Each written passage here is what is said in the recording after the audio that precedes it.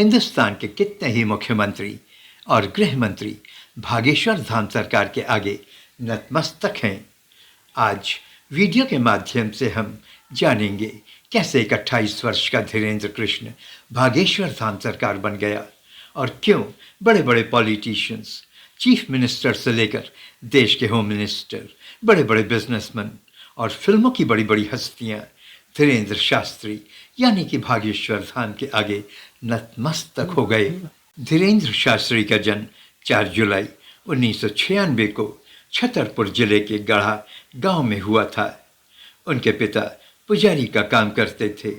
धीरेन्द्र शास्त्री का बचपन काफ़ी गरीबी में बीता। धीरेन्द्र शास्त्री रामभद्राचार्य के शिष्य हैं। उनका दावा है कि उनके पास अलौकिक शक्तियां हैं।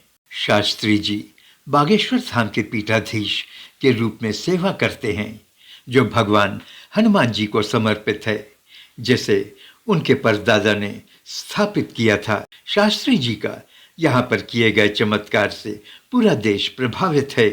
वो भूत प्रेत को भगा सकते हैं, कैंसर जैसी बीमारी को भी ठीक कर सकते हैं, ऐसा वो दावा करते हैं। धीरेन्द्र शास्त्री ने अपने धाम पर अन्नपूर्णा रसोई की भी स्थापना कर रखी है, जहां हजारों की संख्या में भूखों को खाना दिया जाता है।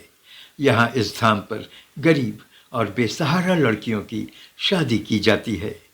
आपको बता दें कि सोशल मीडिया के विभिन्न प्लेटफॉर्म पर उनको 75 लाख से ज़्यादा लोग फॉलो करते हैं, लेकिन शास्त्री जी पर अंधविश्वास और जादू टोना करने का आरोप लगा है। नेताजी सुभाष चंद्र बोस के जयंती पर धीरेन्द्र शास्त्री जी ने भारत को हिंदू राष्ट्र घोषित करने के लिए आप हमें अपना समर्थन दें, हम हिंदू राष्ट्र देंगे का नारा लगाया। धीरेन्द्र शास्त्री यह दावा करते हैं कि सालों के ध्यान और सनातन धर्म की सदियों पुरानी परंपरा के चलते और हनुमान जी की असीम कृपा के चलते वह भक्तों की समस्या को कागज पर लिख पाते हैं, जो सही होता है। धीरेन्द्र जी एक कैंसर अस्पताल खोलने की तैयारी कर रहे हैं, लेकिन हाल ही में एक अजीब सी बात हो गई।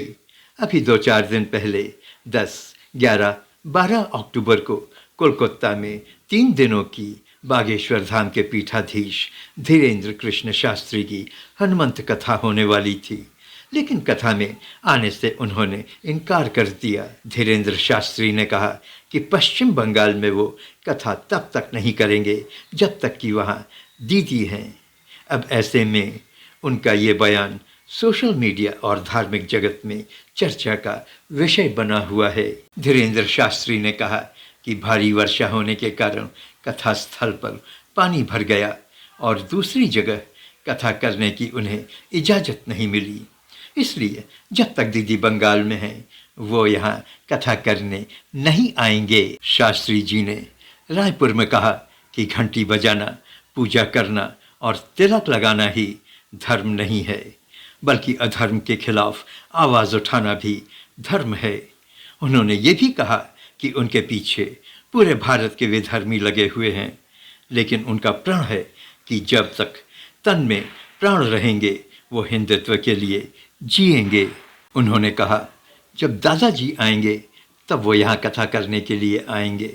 फिलहाल कथा स्थगित हो गई है, इससे अनुयायियों में निराशा है। उनका संदेश अनुयायियों और समाज के लिए समझा जा रहा है कि धर्म और नैतिकता हमेशा सर्वोपरि है।